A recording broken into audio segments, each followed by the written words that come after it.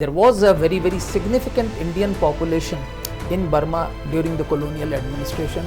Most of the lower government functionaries were Indians. Most of the money lenders were Chettiars who were from Tamil Nadu, and there was a substantive Indian population in Myanmar at one point of time. Burma, as it was called, the land of Burmers, actually. The Burmans occupy a land which is not even half of Myanmar's territory. Though they are a clear majority in terms of numbers, they are not a clear majority in terms of controlling the area. So when the Britishers were to go, and now here you need to understand that Burma's independence from Britishers was in a very different way from as soon as the agreement was signed, a few months after that, even before the independence, General Aung San and his interim administration, the ministers were all killed. The successor governments in Burma which came did not support this agreement in toto.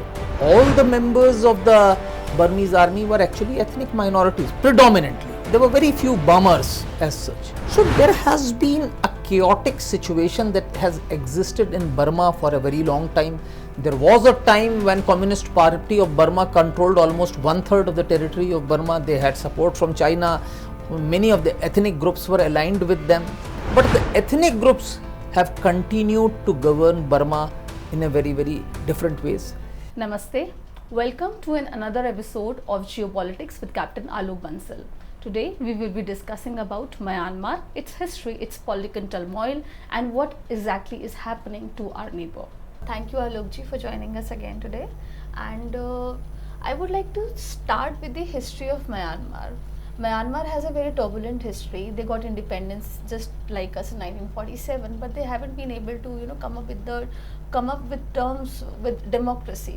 They're still working on it. They haven't been able to form a good government for a long period on the democratic terms. So tell us about the history, how this crisis in Myanmar actually started. See, actually if you look at it, like any other country in Asia, the boundaries of Myanmar, or Burma as they were called, have waxed and waned depending on the authority that's been ruling them.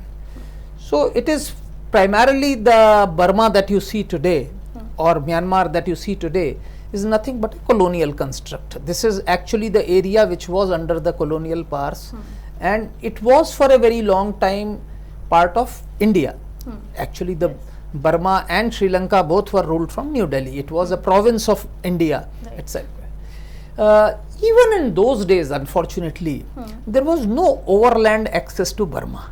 Like to go to Rangoon, as it was called, though Yangon was called, or Mandalay or anything, you had to actually go through sea only. Overland routes had not been developed, despite having contiguity with India. So the bulk of the movement of people who used to go to Burma used to go by sea. And there was a very significant Indian population in Burma during the colonial administration. Most of the lower government functionaries were Indians. Most of the money lenders were Chettiars who were from Tamil Nadu, and there was a substantive Indian population in Myanmar at one point of time. But you also need to understand that in Myanmar there were vast number of ethnic minorities. Burma, as it was called, the land of Burmers, actually. The Burmans occupy a land which is not even half of Myanmar's territory. Though they are a clear majority in terms of numbers, they are not a clear majority in terms of controlling the area. And there were a large number of ethnic minorities: Kachins, Shans, Karens, Karenis, Mons, Chins, Arakanis. There are huge ethnic minorities. Now under the British, what happened? The British introduced not only a colonial system, but they also introduced missionaries, and many of the tribals got converted to Christianity, like Kachins, Karens, especially the mountain people.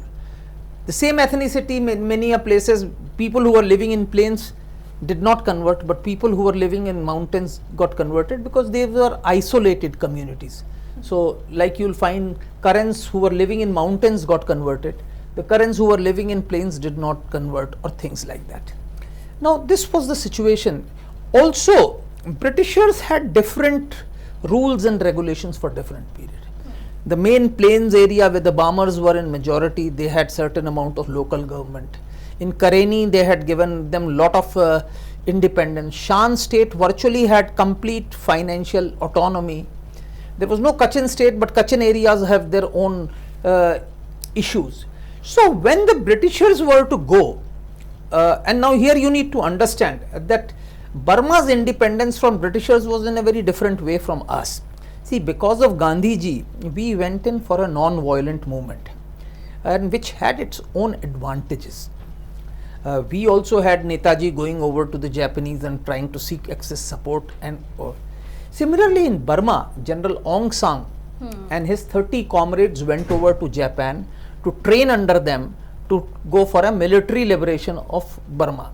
And they eventually came back. When the Japanese captured, they established a provisional government. Now in India's case, INA could manage capture only peripheral areas. They managed only Andaman and Nicobar Islands and some areas in Manipur and Nagaland. But in Myanmar, almost the entire territory was captured by the Axis powers. And as a result, there was a provisional government which ruled over there. But General Aung San and his supporters made a very careful shift. When they felt that the Japanese were about to lose, they shifted their allegiance from Japanese to the Allies. And that is where. But there were certain groups in Myanmar which continued to support the Britishers, like the Karens for that matter. And as a result, this Burmese army under General Aung San during the initial period of the war actually clashed with Karens, and there was huge extermination, and there was a lot of animosity that got created between the two groups. But eventually, when the Japanese were defeated and one knew that there is going to be independence of Burma, now there was a point, because many of these ethnic minorities wanted independence or separations. The Karens said that they should have an independent country. Right. Now it is at that stage that they had a Panglong agreement, which was primarily attended by 3 ethnic groups. We need to understand it was not all ethnic groups, that is Chins, Kachins and Shans. I think these ethnic groups negotiated with Burmars and signed an Panglong agreement which said for 10 years the current status quo would continue, and thereafter they would have the freedom. If they want to break away, they could break away, and complete autonomy will continue as it existed under the British. Unfortunately, as soon as the agreement was signed, a few months after that, even before the independence, General Aung San and his interim administration, the ministers were all killed, the major people. Of course, it was subsequently tried and all those things.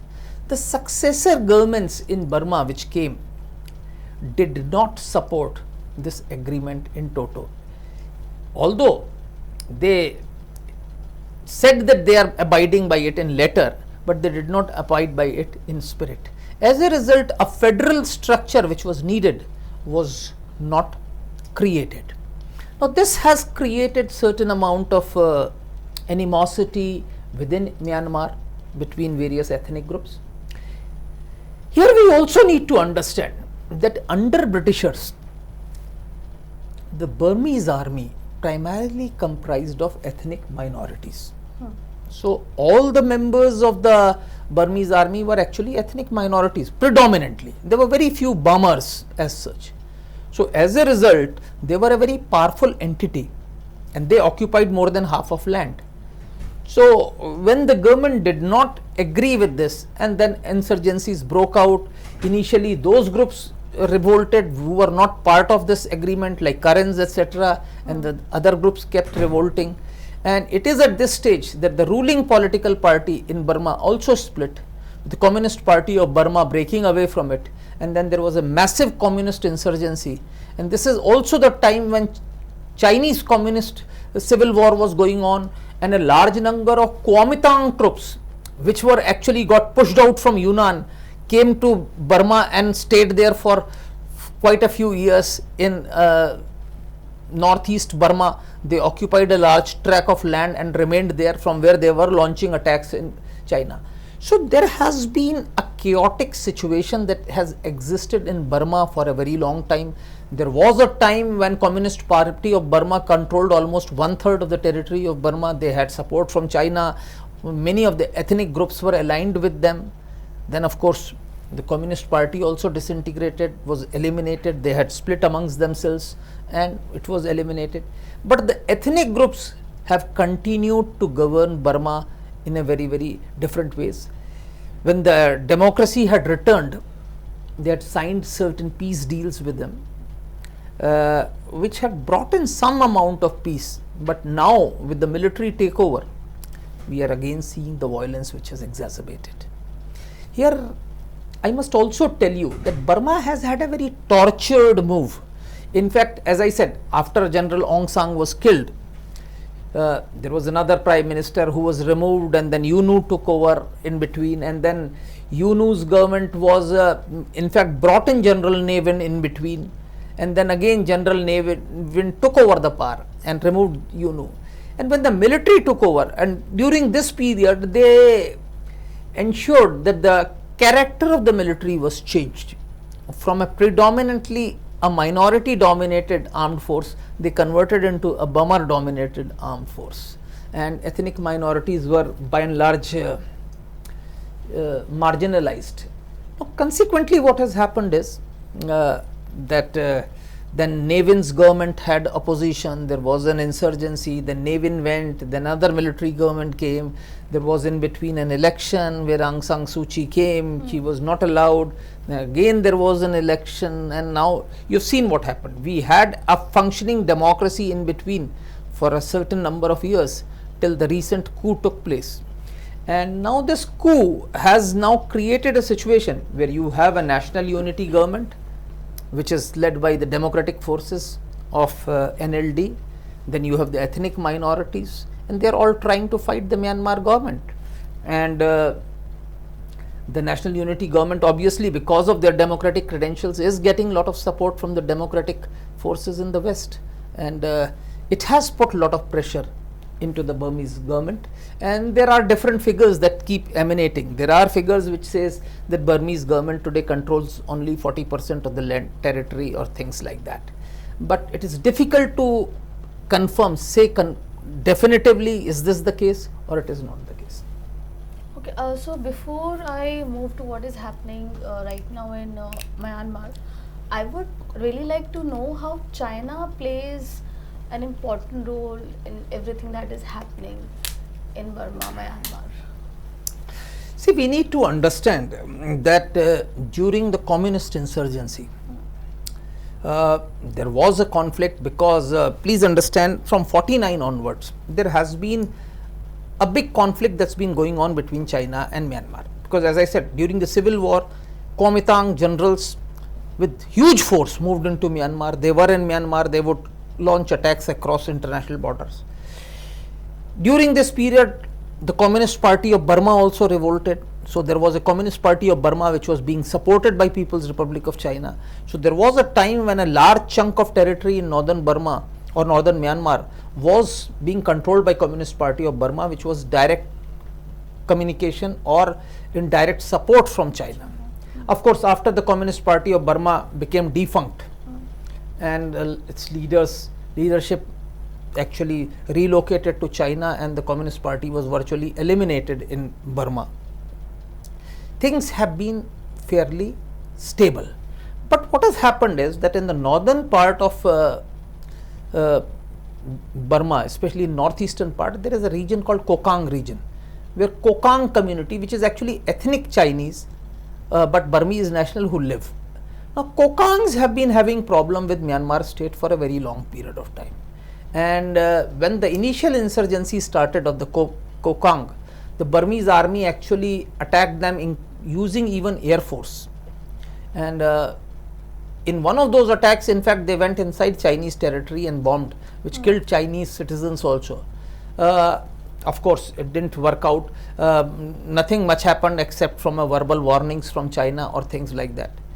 But in the recent past, what has happened in the ongoing insurgency which is going on right now, we have seen that in the Kokang region, where there are big warlords and they control the drug trade, and they have a lot of economic centers. They also control the crossings between Burma and China, which is actually a very lucrative trade, because lot of goods move through that, which are actually a revenue generating stream for them.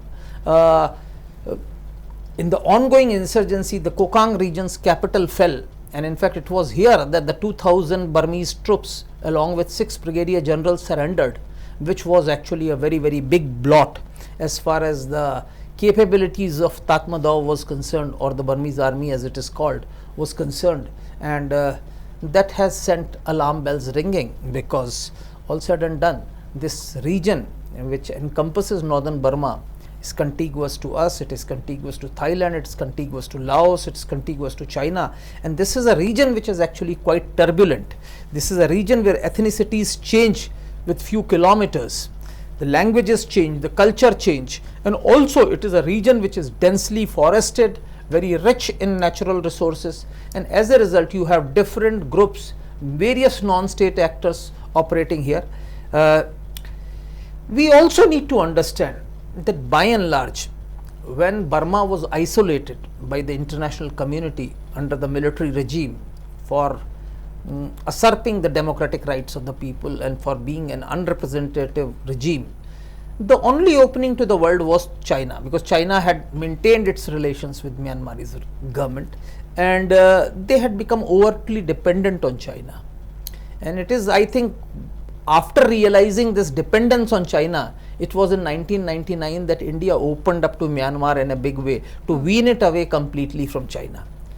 When you go to Myanmar, you find that within Myanmarese society there is now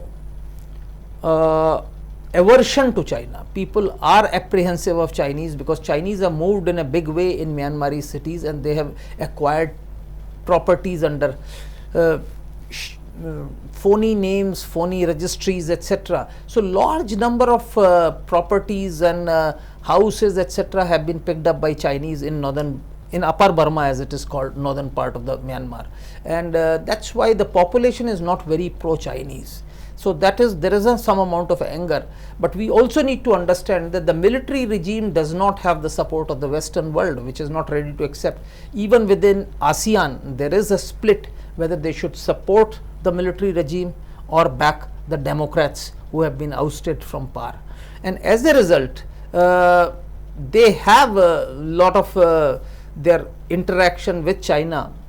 Of course, India has also maintained a pragmatic line, and we have continuously engaged with those who are in power. But we'll have to think about it. If the power equation is changing, we need to keep both sides engaged. Alokji, you talked about the turbulent northern region of Myanmar. How does it affect India's northeastern states? See, it's a very, very important factor. Actually, what happens in Burma will affect northern Myanmar, will affect India. Please understand very clearly. Because firstly, we need to understand, if India has to prosper, if India has to progress, we have to look east. Not only look east, we have to act east. Prime Minister has always talked about Act East policy. Now that Act East policy comes into fray through India's northeast, and that opening has to be through Myanmar, because if we have to go anywhere in the east, it has to be through Myanmar. Now firstly, if the Myanmar is turbulent, that Act East policy cannot be fructified, because there will be turbulence, no movement of traffic, no movement of personnel will take place, and that will create a problem. Secondly, we are also building lot of developmental projects. We are doing a 3-nation highway through Myanmar linking up to Bangkok with India, which is now stuck because the bridges were to be reconstructed, which is not there. We have a Kaladan multimodal project through Rakhine state. Now many of the areas through which that project passes has been occupied by the rebels. Now can we take it forward, or we should not take forward? That's one issue. The second we need to understand, which is even more important, is that there are ethnicities which live across the international border. You have Nagas living on our side, you have Nagas living on other sides. You have Chins, actually the Mizos and many of these are actually ethnically Chins. They are akin to each other. So Cookies living in our side, they are also there across the borders. So what happens is, when you have the same people, what turbulence happens? You have movement of people coming here and there. You have drugs moving here and there. You have illegal arms moving here and there. Similarly, if you actually have to move, at some stage India will have to look for having overland trade with western part of China. I think we have competitive advantages with many of the western territories, because we need to understand that Tibet, Xinjiang, etc. Were historically supplied from India. Unfortunately, because of our indifferent political reasons, they are now being supplied all the way from east coast of China, from the seaports. While it may not be feasible, or China may not allow direct trade with Tibet and Xinjiang, but it may be still be feasible to trade with other western provinces of China. And to that extent, we need to revive this old Stillwell road, which actually connects Kunming to which should connect Kunming to Calcutta, and for that again we'll have to go through Myanmar, through Myitkyina and the Kachin state. This part is also extremely rich in natural resources. Now, India's growing economy needs these natural resources. We would want these natural resources. We would want a greater economic union to take place between India, Myanmar, Bangladesh, Bhutan, Nepal, etc., so that all these countries can grow, and India's growing engine can take all these economies forward. Now, the second thing, as I said, because of the ethnicities which transcend, very often insurgency in one part percolates across the border. We have seen Nagas groups, many of them have camps across the borders, and then that provides them safe havens, many of them, because they have the ethnic similarities. So, security point of view also, it has been an issue. We have seen in the past that NSC and Khaplang had camps in Myanmar, which were actually used in the past to attack Indian forces inside our territory, and of course eventually Indian forces had to carry out a cross border operation in conjunction with, of course, Myanmar's forces to eliminate these things. But this sort of a thing can create lot of problems for us if this insurgency continues. So the decision to fence the border with Myanmar, how that is going to impact India and Myanmar? See, fencing the border, firstly we need to understand, is going to be a very costly proposition. It's going to be a very difficult proposition. The secondly we need to understand is that there are families which are divided by the borders. Now, you fence the border, how will these people? So obviously it will create certain amount of angst and anger amongst these people. It will also create a lot of problems as far as movement of trade, movement of people is concerned. And it may probably curtail to some extent, but unless of course you create a border fence like the one which exists with Pakistan, and creating that sort of a fence on a terrain like this is going to be extremely difficult. Please understand, we have not been able to create that sort of fence even with China, leave aside with anybody else. Pakistan, most of the areas it's a plain land where it is easier to conduct that. With Myanmar it will be difficult, and to my mind the benefit of such a operation is at best marginal. This is my personal view, because I feel while it can control a lot of things, but I think it will create a certain amount of anger, and to my mind we should be thinking of bringing this area under our influence, not trying to separate it from us. We should actually try and move into these areas and bring them under our economic influence and move further east, act east, look east. We have to keep moving eastwards rather than fencing these borders. This is my personal view, may not be in agreement with the prevailing mood that exists in this part of the world. Alok ji, like you have talked about that, how this won't be, it won't be easy and it will be costly and difficult. And not just that, the mood of the Northeast is also not in the favor of fencing the border with Myanmar. Talking about the same, how the relationship of India and Myanmar has changed over the years. See, generally our relations with Myanmar have been good. In fact, right from the beginning, if you remember, from the time of UNU, etc., we had very good relations with Myanmar. Myanmar was also, like us, a member of the non-aligned movement and actually was a strong votary. We had very strong historical relations. But when the first coup took place, large number of Indians were expelled from Myanmar. their property was captured, which is always a contentious issue, because many of these Indians were actually running businesses and were very, very rich people in Myanmar when they were expelled and their property was taken over. There were at least 6 banks operating in Myanmar by the time General Nevin actually pushed them out. There were so many religious institutions, so many educational institutions these Indian organizations were running in Myanmar, which were all captured. So now once they were expelled, the relations actually deteriorated during Nevin's time, and they hit another actually subsequently. And it is at this point of time that we did have a bad the relations actually, because Myanmar went into an isolationist policy where they didn't want to have any connection with the rest of the world. So that is the time the relations deteriorated, and this was also the time when we had deep peak insurgency, and the insurgents were getting support from China at that point of time. We also had a time when there was East Pakistan, so they had a sanctuary there also. So we had a lot of issues. Post 71 things started improving to some extent. Subsequently, after some time there was a rapprochement with China also, and I think Chinese support to the insurgents started drying up. And then Myanmar started coming back. Post 99, our relations with Myanmar improved considerably. We had very good relations between security forces of the two countries, and this collaboration has helped us to curb and eliminate many of the insurgencies that were thriving in northeast for a very, very long period of time. And subsequently our relations with Myanmar have been fairly good. We have had fair amount of investment, fair amount of trade. Here, however, we need to understand that there is some amount of apprehension in Myanmar as far as Indians are concerned for historical reasons. As I said, during the colonial period, the Indians were there in a big way, and some of the impressions that they carry are not too very good. Yes. So that has to be eliminated. But at the same time, we also need to understand Myanmaris are deeply religious people, and this Buddhist connection is very, very strong.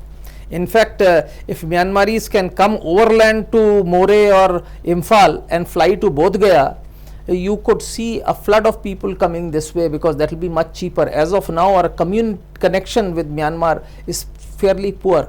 You have only connecting flights to Yangon. I think there was a plan to start a flight to Mandalay, whether it is started or not. Even there was a plan to connect Imphal with Myanmar. I am not sure if it has fructified. Similarly, places like Myitkyina, etc. need to be connected.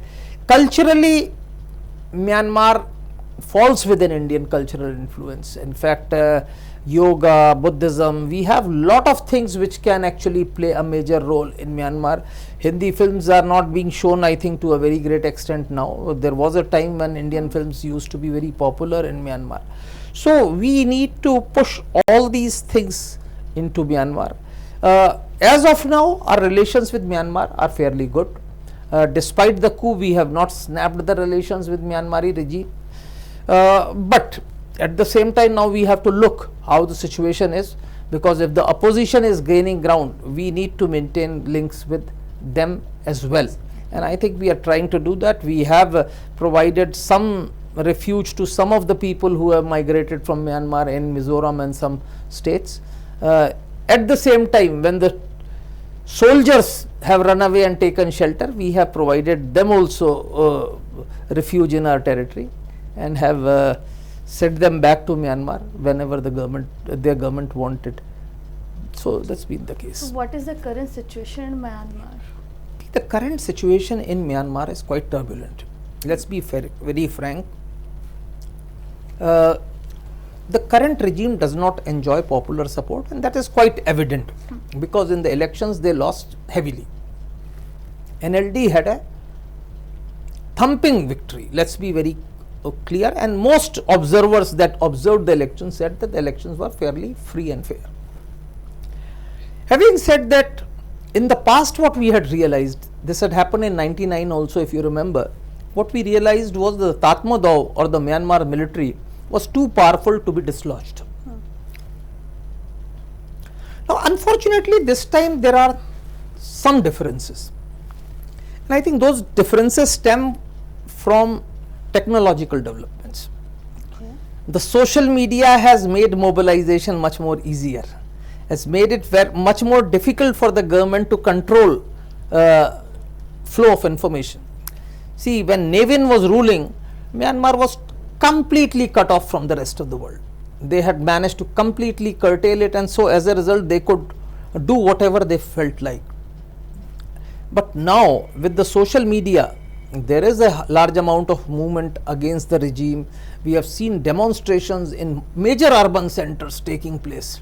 In fact, attacks taking place on government institutions in cities and in rural areas. What has happened is that the ethnic insurgents have joined the NUG, and this is a very big thing, because if NUG, the National Unity Government, can assure the ethnic minorities that it would provide them a reasonable amount of autonomy and will mediate between them, because not all ethnic minorities are comfortable with one another. There are differences between them as well.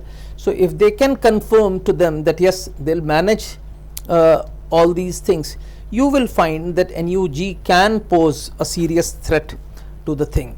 As of now, it is getting some amount of financial support from the Western world, and if they start getting some military support, it could prove to be a big threat. As of now, though they have managed to capture some cities, I think the turning point would be if they manage to capture a few airfields and get a few aeroplane. On the other hand, what is a very different proposition is that for the first time you are seeing demoralization in Tatmadaw. The people are deserting, people are surrendering. So it shows that Tatmadaw is unwilling to fight the way they could fight, and that could be one reason, could be that the NUG's propaganda is percolating into Tatmadaw. And I think it is where I think it may be prudent for international community, especially for India, to come out with some solution or do some mediation between the two warring parties, so that we remain relevant and maintain the respect of both sides. Alok, you talked about military, you talked about NUG. Please tell our viewers who all are the major stakeholders when it comes to Myanmar and its politics. See, as of now, military. For someone who's sitting in India and he needs to understand the politics. See, as of now, you know, the military is in power, and there used to be a party called USDP, which was earlier the ruling party. That party is de jure in power, and that party is aligned with the military and is of course ruling the thing. The National League for Democracy, which is Aung San Suu Kyi's party, is the major party which was ousted in the coup, and they are the main fronts of the National Unity Government, NUG as they are called. The NUG also has ethnic minorities from other ethnic groups, so they have tried to broad base this coalition, and that is what they have the major stakes as far as this is concerned. Please understand, in 47 Burma was the third richest country in the world. From that time till the democracy returned, it had become one of the poorest countries in the world. And whatever improvement was done in last few years has again been derailed with this military coup. So as far as one fact is there, that which is I think impeccable, is that ideally Burma should return to a genuine, true democracy.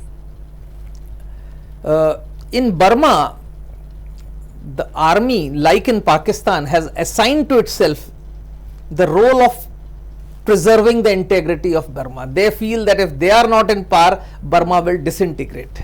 Now this is the perception they have. How true it is, how wrong it is difficult to say, but that is how it is. And I think that we need to look at it, and I think army should understand. We have fairly good relations with Burmese army, and I think we are most suited to mediate between the warring factions. As of now, China is doing this role, but I think we should take this initiative and bring different warring factors to a table, either in our territory or in Myanmarese territory, because Burmese would rather have Indians mediating between them than Chinese do that. Why so?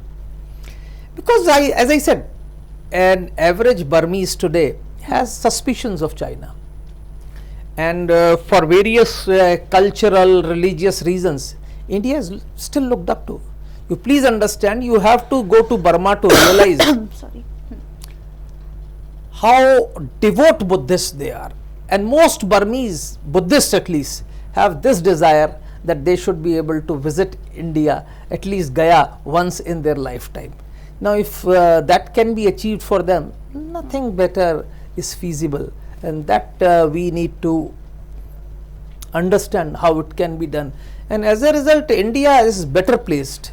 And we also have the support of the democratic world, with the Western world, which also wants us to bring in democracy, whereas our national interests sometimes force us that we cannot abandon the present government.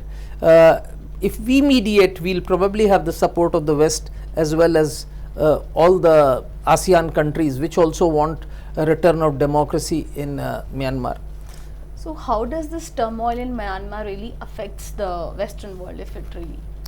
See, the Western world by nature personally feels firstly that democracy should come back, because they feel that this autocratic regime violates human rights to a very great extent, and they feel if there is a representative government, it will be more responsive to the people's needs.